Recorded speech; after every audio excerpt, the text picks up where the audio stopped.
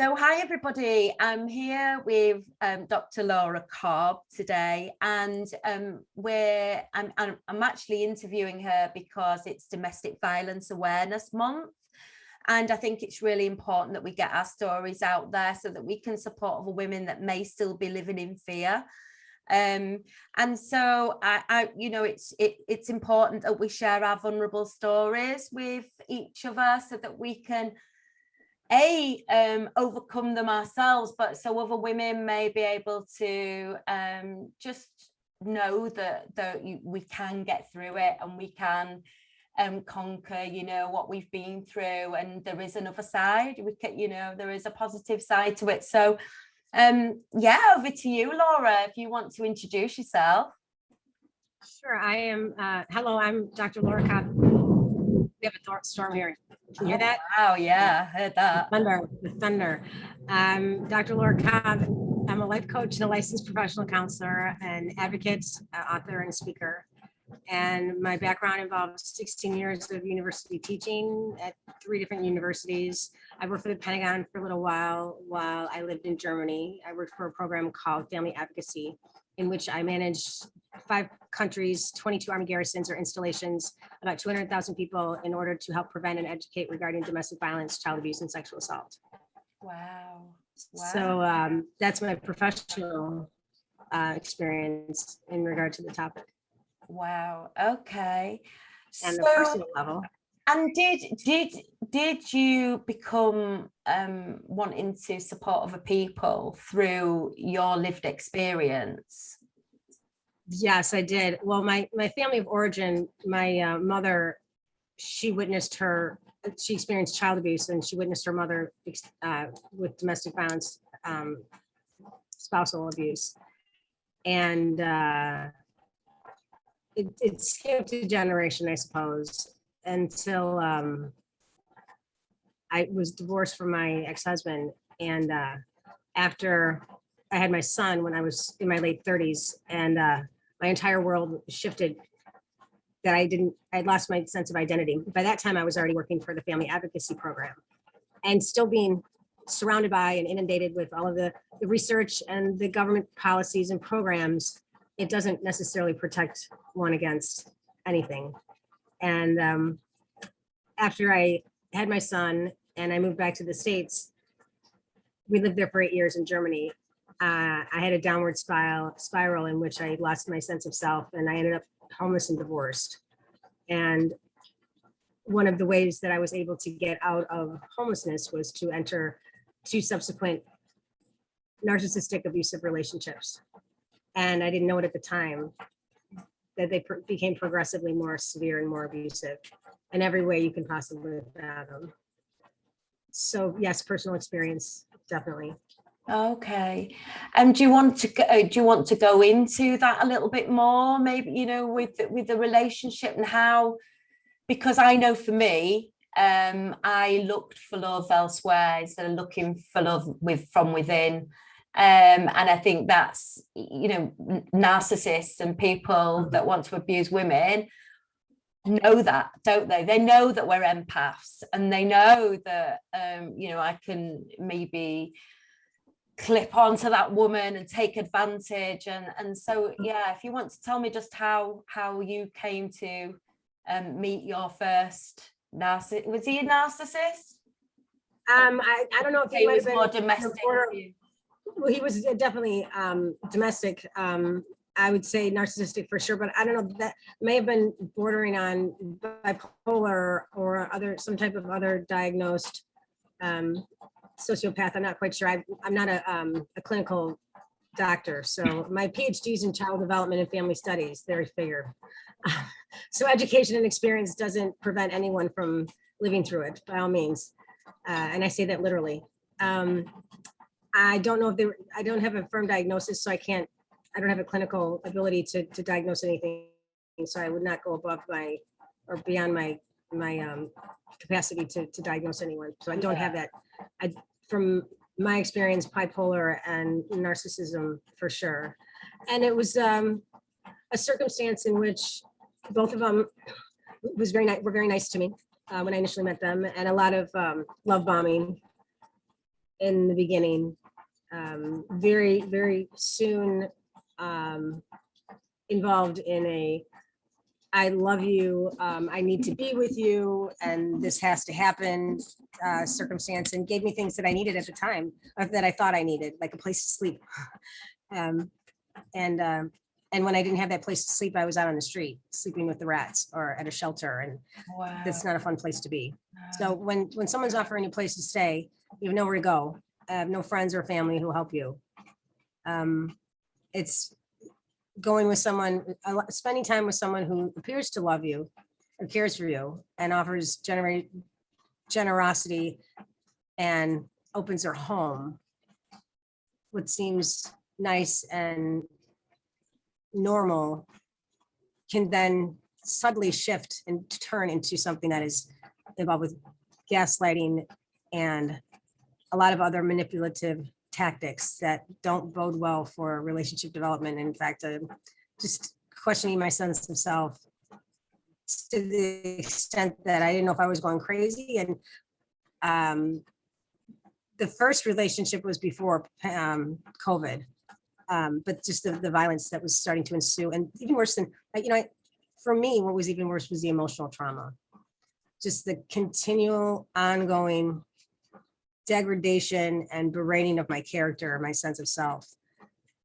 So being fearful of where I was at when I wasn't with that person, and being hyper vigilant about, a certain color of car, or having difficulty sleeping even to this day. And there's something that I haven't heard. I've heard a little bit about it, but not very much with COVID.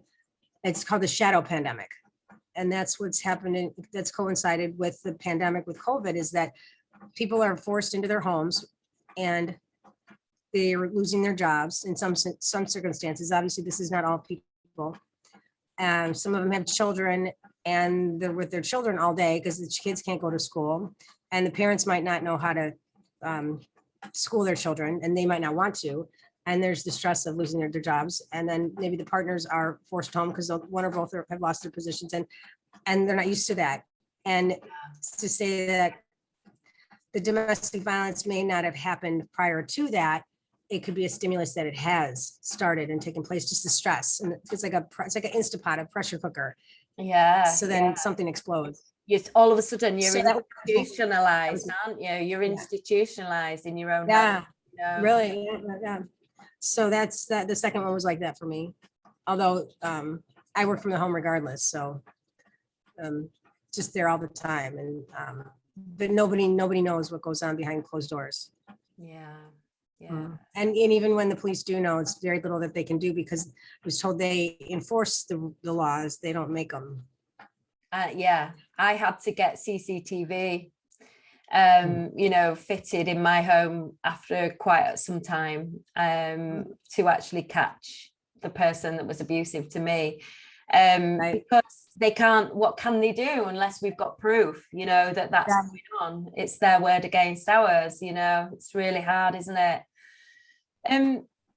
So you talk about where he was really lovely and he started love bombing you, and then what happened next? Well, it was over a span of about 3 years, the second one. And it was just a number of circumstances where he was on disability. And because I was homeless, I didn't have gainful employment yet. And so our income, by the way, Laura, how long were you? A couple years. Wow, that must have been hard. It was hard. It was really hard. Wow. And at the same time, the color of my skin and my education, I was offered a lot of privileges because people didn't assume it. Yeah. And so I didn't look a certain way. I didn't look the stereotype. Yeah. At the same time, I had a lot of shame, like I shouldn't be in this role because I'm a doctor, and then got over that real quick. And I still have a lot of shame sometimes talking about it. But at the same time, I can get over myself and say I need to, because the homeless doesn't have every face is the face of just the next night it could be anybody. Yeah. So, I mean, you never know. So to be able to speak about it and to say that they're not alone. And there's a lot of stigma on someone who's actually looks the type. There is no type. I know what it's like I know what it's like to try to open up cars doors at night to see if I can sleep in their back seat. Yeah. I know what it's like to sleep next to a garbage dumpster with rats. And it's not fun. Wow. Gosh, So, yeah, that must have been so hard. You know, I've never been homeless. I've always had a home, but you know, I know that when you and I have spoken in rooms before, you know, we spoke about addiction. For me, you know, I was a heroin addict for 10 years. And I still have a shame about that, you know. But I want to talk about it because that was millennium when you know, that I've been clean since. So it's been a long time, but you still hold that shame, don't you? right. You did, yeah, I do anyway. I mean, for me, my drug is external validation. I'm an external validation junkie, and it could have been school, which I spent a long time in college, and I know why now, because I just extended my adolescence. I didn't know what else to do with myself, and I was good at it. So everybody's giving me praises and you know, accolades and scholarships and whatnot. Oh, I'm getting my fix that way. And then by that time, an eating disorder developed, and that ravaged my entire life for 20 years. It was the worst hell. I mean, it was every single moment of every single day. I just lived and breathed it. It was demonic. That's how I explain it. It just it ruled my life. And I was about 5 pounds from death at a certain point. And I saw it. I knew it. And there was, I know that's a different conversation, but different topic. But it was definitely, it ruled me. It really did. Wow. And I saw it. I wasn't one of the, I didn't see myself as overweight at all. I was emaciated by far. I was scared. But then the shame of what I earned my doctorate in is child development and family studies. I lost custody of my son. So that alone, that probably is the most shameful. And just now I'm just about ready to get some custody back. And oh wow, that's amazing. Yeah. Amazing. I can't even tell you how many rehabs I've been through for drugs and alcohol, eating disorder. But finally, when I got well with my eating disorder, was about 8 years ago. And I went away to California for 3 months. I was able to put on 20 pounds, and it was work. But then how many alcohol rehabs, including detox, I can't tell you how many, probably like 7. Wow. So when all this is happening, it's hard. When all this is happening, do you think it stems right back from very young? Because for me, when I look back at my past, there's lots of things that had happened in the run up to where I met somebody that was abusive. But I think about the thing, things like right back to being bullied at school, and then even further back, my parents saying that I was a mistake. And although you don't think about things like that when you're young, you look back, and because I've written my own book as well as you, Laura, and I'd love you to share about your book as well.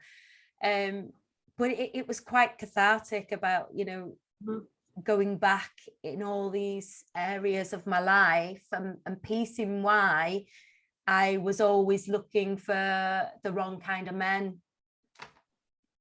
So yeah, I just wondered if that was, if there's something in your childhood that may have triggered the way that your life panned out. I think it froze up. I was thinking we were froze up for a second. Yeah, you did. Sorry. Yeah. It's okay.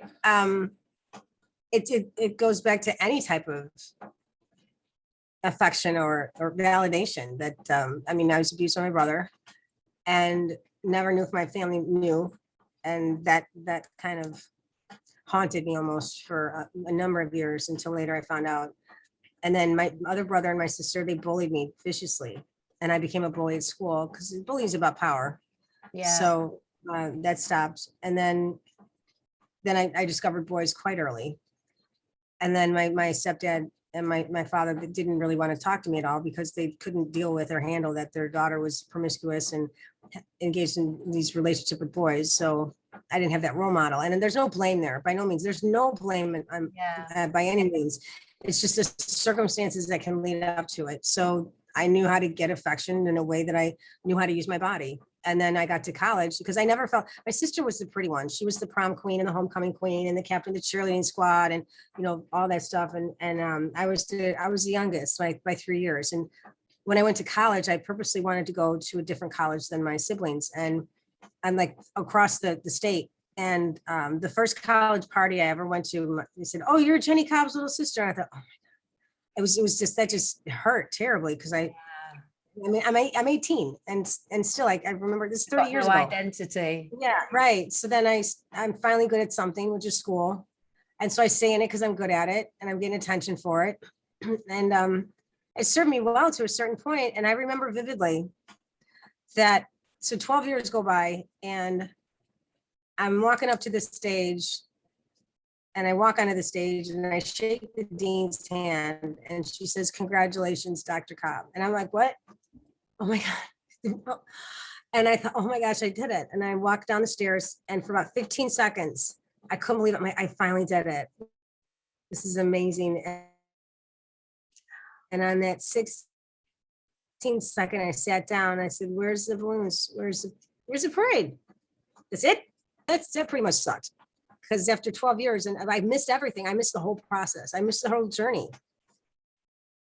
And it went by in such a blink of an eye. And by that time, I'm married. I just moved over to Germany with my then husband. And I started my second master's while I was finishing up my doctorate because I can't eat right for 8 hours a day. And I don't want to tell anybody I'm a good doctor because then nobody will like me because I'm younger than him. He's high status. He's like a high status officer. We don't have kids and he's 8 years older than me. So we're in a totally different cohort than his counterpart, his work counterparts. I have nothing in common with them. I kept my name and I don't have kids. They all have 4 kids and they're whatever. They've been married for like 20 years and we've been married. We just got married. So I had nothing in common. So then like, I still felt isolated. And then I get this position with the Pentagon overseeing the continent. And I'm the president of this and blah, blah, because it was all a distraction. It's just a distraction. All of it was a distraction because it was so hard to be in my skin. I could not sit still. I couldn't just be with me because the silence was not quiet at all. And when it did stop, it scared me a lot. It was horrific. It was horrifying when the silence came on. And yeah, so that domestic violence wasn't part of our relationship at all. It wasn't volatile. It was loving. It was cordial. He was gone for a couple of years, going to Iraq at 2 different times. Very understanding, wonderful man, and an excellent father. And I can say that to this day. And he's got custody, and there's parts of it I don't like at all. At that same time, I don't blame because nothing caused anything. There's no causation. There's correlation for sure. I mean, the measures that they have to indicate what are the predictors of certain experiences that one has as an adult. I'm definitely a dead ringer for that. Yeah. But I don't blame anybody. It was just I didn't learn the coping skills. I mean, when I was in when I was in 3rd grade, I went through the 3rd grade I failed listening the whole year. And my parents said, it was a grade that we got, a subject, I guess, and a skill. And my parents said, if you get another F or a 3- on your report card, your last report card, you're gonna be in trouble. And I got another 3-. Well, I stayed after school and I stole a whiteout from the teacher's desk and I changed my grade. And I got in trouble about a week later when they finally found out. And I spent the whole summer in my room. Like I was grounded to my bedroom for the summer, and except for bathrooms and meals. Plus I drank some liquid palm detergent soap for the dishes and drank it, which now you would never hear that. But regardless, I didn't feel like I had a voice. Like, and then that's the thing, the ironic thing is you better bet I'm going to listen now if I'm stuck in my room. And then I thought, well, who's hearing me? And then even just like a couple of years ago, I started to realize, well, wait a second, I failed listening. Maybe I didn't listen to what the teacher had to say. Maybe I wasn't interested in her. Maybe I wanted to listen to the other students. Because I thought, well, I'm the counselor. I'm a terrible listener. What? And then I thought, well, maybe I really wanted to hear their stories. Yeah. maybe it was what somebody else was trying to impose on me, telling me what I should or don't should on me, what I should listen to. And maybe I'd rather hear something interesting like other people's struggles and that I'm not alone, that they're not alone. Yeah. So that gave me some semblance of peace that I didn't come up with that my own. Somebody said that. I thought, oh my gosh, maybe that's right. Maybe it is that. So that helped a little bit. Tell me about the Pentagon then. Oh, wow. Well, I was in Germany and I remember I got the call. I was on my way to Sweden for 10 days with my husband. It's like 2005. And we're in the airport and a woman by the name of Mildred Skidmore, I love her. She called me and because I filled out for a contract position. And so I mean, I didn't know how big it was at the time. And she was my predecessor. So she's going to train me for a year.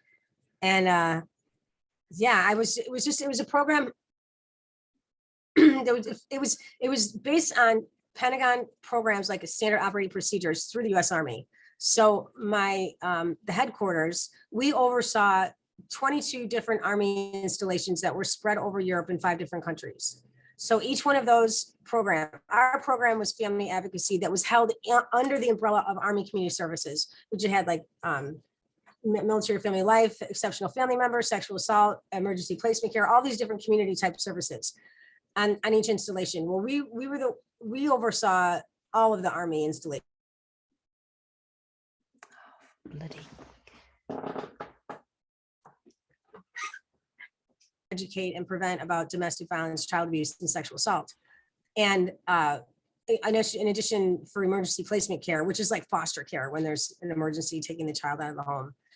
And so I provide briefings to company commanders and headquarters staff, to soldiers and civilians.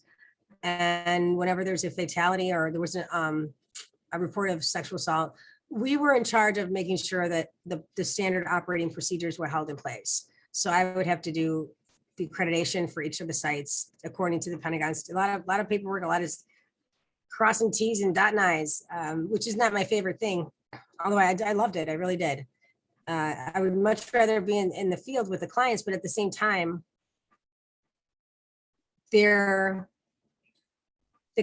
I was able to experience a broader range of content than had I been if I were closer to the ground, so to speak.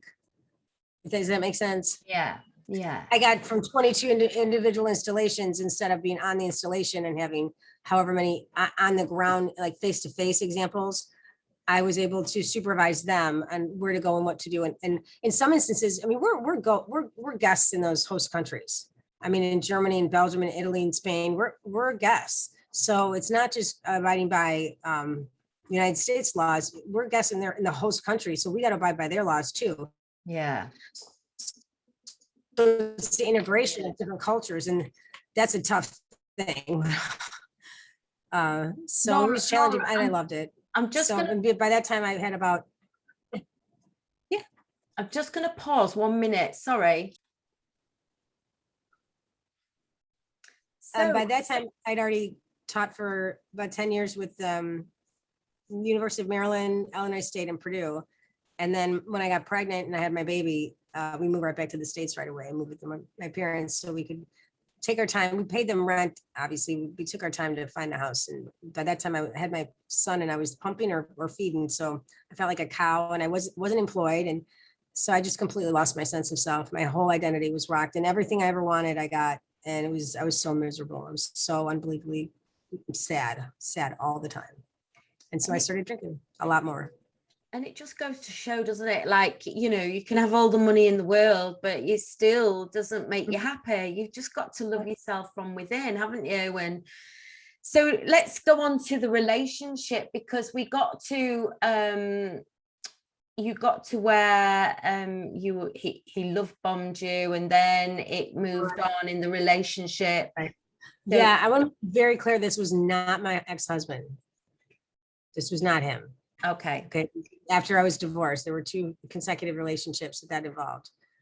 Yeah, I mean, the love bombing, yes, and then the gaslighting, and just the accusations that were completely unfounded.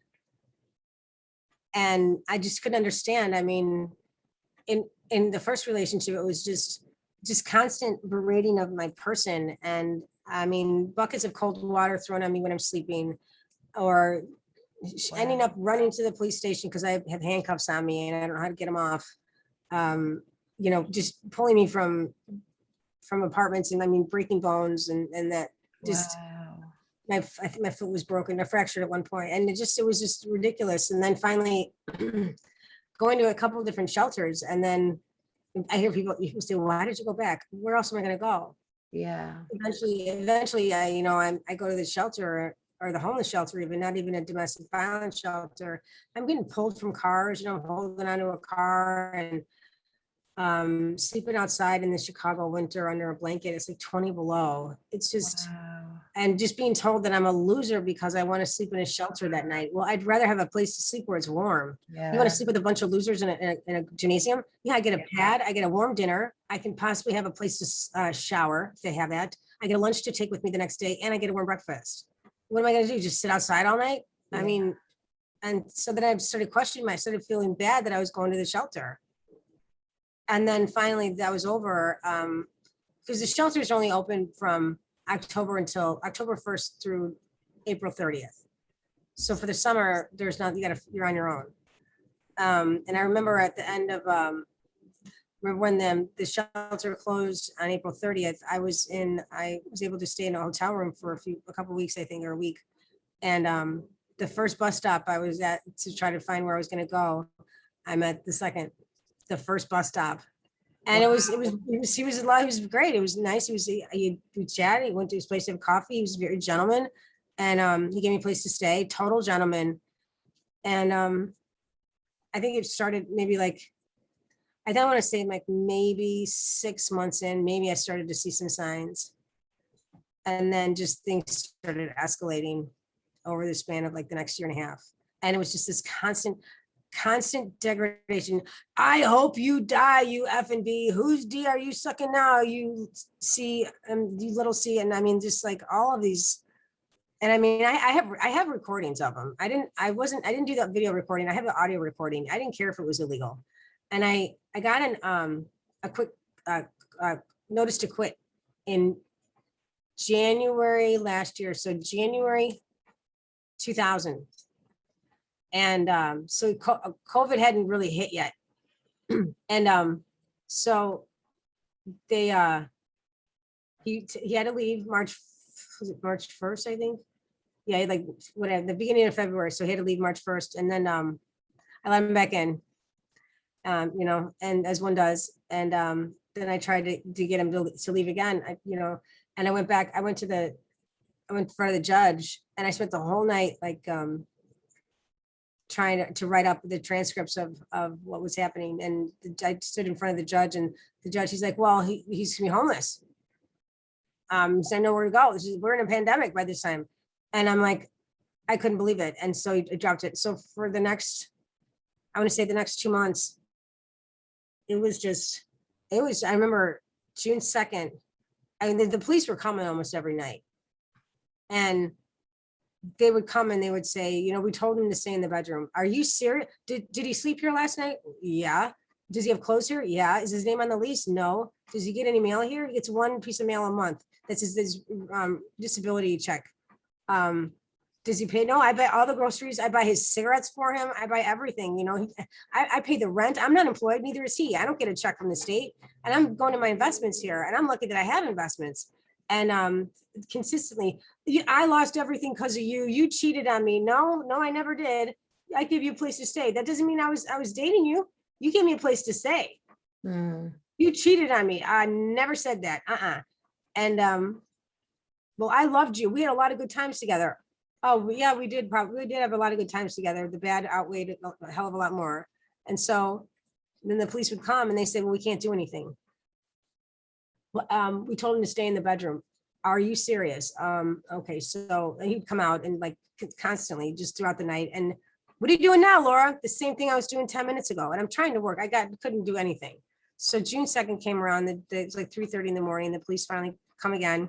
And they're like, we can't do anything. We enforce the law. We don't make them. So I went back and I brought all my recordings with me. And by that time it was Zoom. And like, it was like emergency court thing. And I got a notice, I got a restraining order and no contact, because I played one within 30 seconds. Because that first night I went to the front of the judge, he was like, who's gonna be homeless? We can't do anything.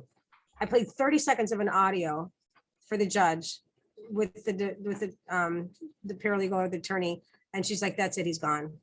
So I got an order of protection right then and there. I went straight to the police station. They removed him from the unit. And 2 days later, he violated it. And then he fled, and he was out for like 6 weeks, and then they picked him up. And because he came back to the apartment, they picked him up, because I was on the phone with him, and I called the police. I'm like, I got another phone call. So I called the police while I'm on the phone with him. And what kind of things, they Laura, picked him up, they were there. And I- he went to jail for 6 months. can I ask what things happened during the time that he was there? What kind of things did he do? Oh, just constant insulting me, begging me to buy him drugs. And if I didn't, then it was just, I'm a loser, I'm a whore. I mean, all the language that you could possibly imagine. Yeah. There was one time where he picked me up by the throat and he pulled me up under the bed. See, that's the thing. I would rather have the marks. I would so much rather have the bruises than the emotional. Because bones break. Our bones can heal. Bones get, actually, when a bone breaks, it heals stronger. Do you know, I am exactly the same. I feel exactly the same as you. I would, the emotional scars are much deeper than, Right. physical scars, without a doubt. I mean, I have the recordings still to this day. And I mean, he still calls me once in a while. And I'm like, why do you play that stuff? I said, so I'll never forget. So I don't forget what it was like, because I have a good heart. And I wish him the best. I don't wish any of my exes heartache, because it was a heartache. It really was. And so how did you get away? What happened? Let's talk about the part survival. of it was the June 2nd, when I went to the courthouse. They finally, I got that. And then I moved. That was June 2nd of 2020. And then in September, I moved to like 200 steps away. So I thought you'd never think that I'd stay in the same town. I moved, I sold all of his stuff. He was upset about that. His brother told him, I guess he saw it on Facebook. And Social media. but I moved, I know, right? I moved and he kept calling me. And I know that, they say never just sever all ties. And that is actually the best suggestion. I really do care about him. I don't want him back by any means. I didn't then. It's just, I wanted to know he was safe.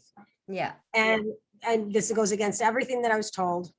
At the same time, I never told him where I was at. He'd leave messages I wouldn't pick up, or he'd start I still have recordings that are saved, the voicemails. And that's fine if you're going to be like that. Sometimes yeah. And then at about, by the time you're going to say something then, Laura, sometimes sometimes I'd listen and then I just hang up on him and say, whatever, I just forget it.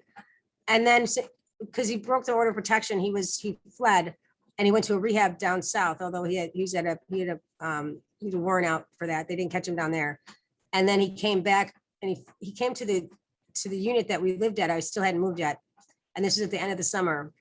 And he called me, he was on the phone. He's like, I'm on my way there. And I was freaking out. He couldn't see it though. And he kept calling me and telling me where he was on the bus. Like, I'm at such and such street, and I know how far that it was away from the apartment. And then he called me again, was at the next stop. And so in the meantime, I called the police and they said, is he there? No. Well, if he gets there, give us a call. So he calls, and no, he gets there and he's calling me and he's banging on all the windows all around the perimeter of the apartment, because we're on the first floor at that place. And I acted like I wasn't home. I closed all the blinds and I didn't move. And he finally, I can hear him on the voicemail or the machine. Laura, why don't you answer the phone? You were just there. You were just on the phone. So he turned, while he's calling me, he turns around and walks away. I know where he's going to walk because he has nowhere else to go but the bus stop that's a couple blocks away. So I call the police. He calls me back again when he's at the bus stop. I pick it up and we're talking for about 30 seconds and the police come up and he's like, oh, I guess I'm getting arrested. So we went to jail for about 2 months. Okay. Because he broke order of protection. Okay. Yeah. And so after that, he had nowhere to go. So he was in a nursing home for about 8 months. because he didn't want to go to the shelter and he had no money. And yeah, so he hated it and he'd call me and complain all the time. And I was like, this is not my problem. Most of the time I wouldn't pick up. So it was slow. It's very, I understand people saying it's so hard to let go. It probably would have been a hell of a lot easier for me if I just would have completely severed ties. It would have been a lot easier. So I didn't follow what the textbook advice is. Like I didn't completely sever ties. And I can't imagine for women or men who have children involved, because they have to have a relationship with that person. They have to, because they're the biological parent. Yeah, I guess for well, my youngest son, he didn't. Abuse knows no boundaries. Yeah, he didn't see his son ever. Just my youngest son, who I was in a domestic violent relationship with, his dad, he never saw him. So it was quite fortunate for me that I was able to sever ties, and didn't actually have to see him. So yeah, that was good for me. Did he relinquish custody? Sorry? Did he relinquish custody? He just didn't want to really have much to do with him. So let's talk about the things that have helped you. So do you feel you're at a good place now? Where are you in your life? I do. Yeah, I do. After when I moved once, and then this last May I moved again. Not because of that situation, just where I was at was toxic. But yeah, I'm in my own place. It's just me and my cat, my special needs cat. He's over here. You can see him he's over here. And it's lovely. I love it. And the pandemic, the fact that what I described earlier about people being forced in the home, and that the shadow pandemic was awful. And it's also, I'm grateful for the pandemic now. Oh, I think my internet has just gone off for a minute. Sorry, let it go on. My connection again. I'm so sorry. We just froze for a second there. Oh. Yeah, it just came up with you frozen. So apologies. Oh no. Sorry. So you were telling me about your recovery. Well, I think I still have problems sleeping. Like I have no interest in it. And that's so unhealthy. But and right now I don't care. Cause some days I don't feel like I'm not on the verge of crying with that. There's other circumstances in my life, because the further away that I am from it, like now it's been, I can't believe it's been October. It's been like June, July, August. It's been like 16 months already since I lived with them. It's so good. So good. It's like so good. I've never, I don't want a relationship. We can be friends or friends with more than friends, but I don't want to be in a relationship with anybody. Like I'm so good with me now. I've never, ever felt okay. Yeah. Like being an eating disorder, being alcoholic, I've always wanted to just get out of my skin. And if I had to sit there, I was like, I gotta do something. I'm so good right now. And it's like, I want to be with me. Like, I don't want it to stop calling me, people, I'll text, let it go to text. And it's so good just to be okay with me. Yeah. I love me today. It's amazing. It's an amazing feeling to actually feel all right. And I completely understand where you're coming from, Laura. I completely understand. Like, just knowing all of a sudden that, I'm actually all right. I'm in my own company. I don't need anything, Oh, I want to reach out and give you the biggest hug ever. I still fear sometimes the homeless thing. Like I fear that because the money's not coming in, and that's, then it is what it is. But I'd rather have it like this than the way it was. Yeah. And I would hate for someone to ever feel pressured to get married, because if you marry for money, you pay for it later. Yeah. And I didn't worry about that because you didn't know money. So today life is good. I used to wake up thinking, and oh God, good God morning. And today it's good morning, God. So that's a beautiful thing. I'm so proud. Thank you for being so vulnerable. I want you to tell me about your book. I'd love you to tell me about your book. Well, it was a chapter. Oh, it's right here. It's a chapter. It's not gonna be able to see with the blur. It's I'll put it in the chat. It's step into the spotlight. I'm gonna take my blurry back screen off, and you'll see my little kitty cat on the bottom here. It's step into your spotlight. None. None. Here we go. There. Oh, there's the cat. Oh, step it into the spotlight to expand influence and attract the right clients. Right. It's one chapter in here. I often it's step into your why. How many times do we hear people say, "What's your why? What's your why?" Yeah. For me, your why is who is an acronym. Who hears you? WHO. Who hears WHY? Who hears you? I mean, who's your audience? And like for my story, your story, who would you want to write for? Who would you actually think would care? Now, this story is not about domestic violence. It's mostly about having a voice. So it transcends just domestic violence or eating disorders or addiction. It's just really just not, sometimes I say, I empower high achieving, successful women to suit up, show up, step up, and speak up in their lives. Because I sat in silent fear for so long. And once I stood up to speak, I was afraid who's going to listen to me. So I encourage women, I empower women to refrain from sitting silently in fear, because if you do, then who's going to listen when you stand to speak? Exactly. Yeah. And who's going to learn, and who, if we can't tell our stories and we can't hold other women up there, and give them the strength, who else is going to do that? We need to be there for these women and tell our stories and empower them and empower ourselves at the same time through telling our stories. Can I read you? Go for it. Logically, while constantly raising the bar and constantly pushing higher, the law of averages predicts that failure must occur at some point. When that happens, always remember that failure doesn't mean losing. What goes up must come down. Failure stops us from continuing in the same pattern for a moment. The pivotal point is that once we fall, we have to be willing to do what we need to do to rise up. And here's the lesson: have no regrets in the 16th second. Nothing is more important than your healthy relationships. Nothing, not your goals, not your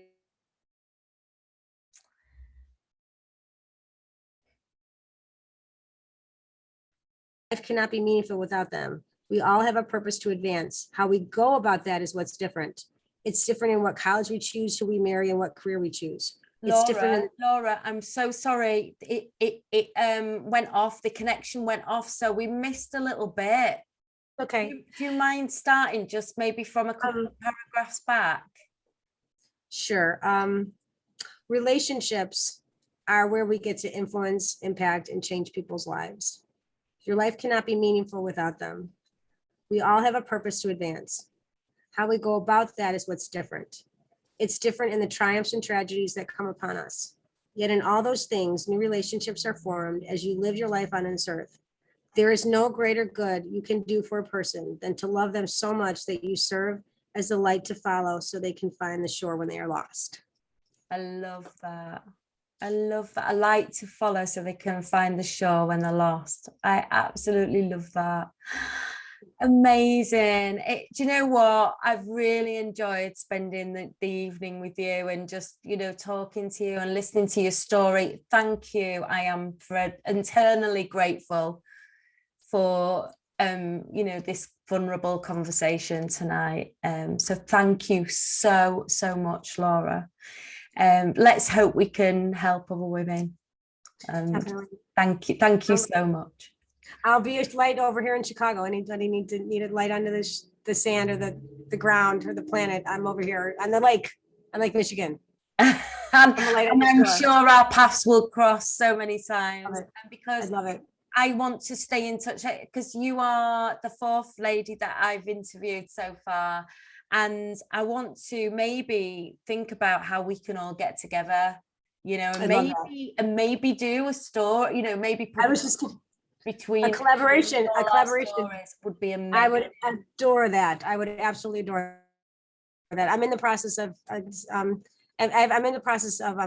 connecting. I'm in the process of gathering authors for a book that I'm working with someone on. And so if there's an interest of any of your people, if they want to be a contributor, it's just a couple of pages. If they want there to be published, more than happy to relay that information. Be Um, awesome. That would be yeah. awesome. And I just think that. that there's been so many powerful stories shared that I just think, wow, you have had the most up and down life now, and you are still here to tell you. That's right. And there's a song called Bloody damn proud of yourself. That's right, I am. Damn it, that's right. I'm amazing. Exactly. Laura, once again, thank you so much. Bye, namaste.